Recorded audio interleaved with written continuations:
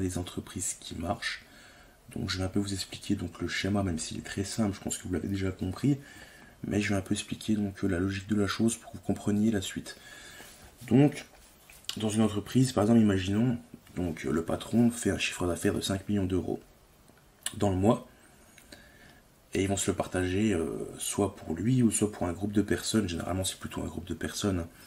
On fait jamais une entreprise tout seul, d'ailleurs, je vais y revenir après, juste après.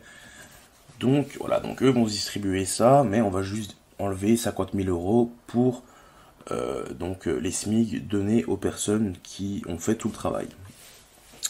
Donc le truc, la face cachée derrière tout ça, donc d'accord, on se fait arnaquer, mais la face cachée derrière tout ça, donc je vais vous montrer tout de suite,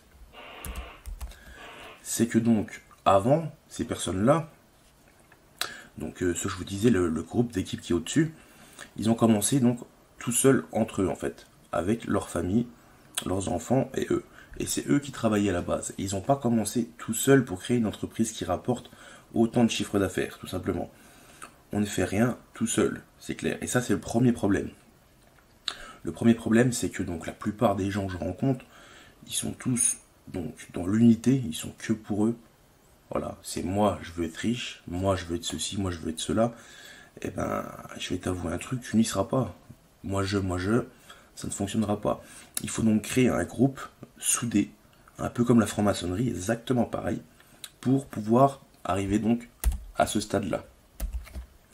Mais bon, ça c'est compliqué. Donc voilà, donc ensuite, moi je pense que si j'arriverai à faire ça déjà, je passerai le stade là, parce que personnellement il ne me convient pas, et je le continuerai donc dans la lancée là. Je pense que ça serait plus logique. Ensuite donc je vais parler donc de quand on crée ceci, donc un groupe, ça s'appelle un égrégore, une pensée de groupe. Donc là on va parler énergie. Donc quand on est plusieurs à penser quelque chose, qui est la même chose, on donne de l'énergie donc à ce projet. Et donc ce projet va grandir en énergie. Et c'est là que la réussite va être augmentée. C'est là que vous voyez d'ailleurs, par exemple, Apple, la pomme, qu'ils ont utilisé le symbolisme de la pomme croquée, qu'on retrouve dans la Bible, la pomme du désir. Donc le téléphone, il a fait réellement l'objet de désir, vu que des gens se battent comme des débiles pour aller acheter les téléphones quand il y a une sortie, ou quand il y a un Black Friday. Donc c'est là qu'on voit que ça a fonctionné, en tout cas, le truc. Donc cet égrégore, il va falloir le créer, et il va falloir que des personnes rangent leur côté qui font qu'ils ne peuvent pas s'entendre, et il va falloir qu'ils s'entendent, tout simplement. C'est aussi logique que ça, pour enfin aller vers ce but.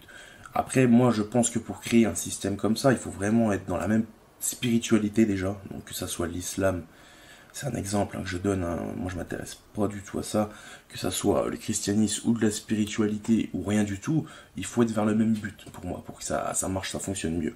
Sinon il y aura des mésententes. Donc voilà, pour le moment je vais rester sur ça.